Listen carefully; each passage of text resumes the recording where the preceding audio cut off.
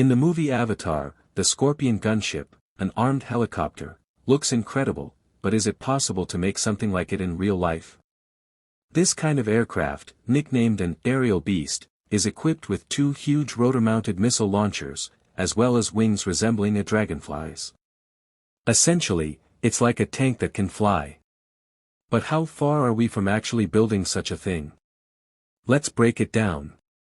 A normal helicopter relies on a single main rotor to lift off. As the main rotor spins, it pushes air downward, producing lift. But the Scorpion uses a unique design, two massive rotors, one on each side of the fuselage. This isn't pure science fiction. In reality, we already have helicopters of this type. They are called twin-rotor helicopters or coaxial helicopters. For example, Russia's Ka-52 attack helicopter has two rotors that spin in opposite directions, which cancels out torque and eliminates the need for a tail rotor. So, from a technical standpoint, this step is feasible.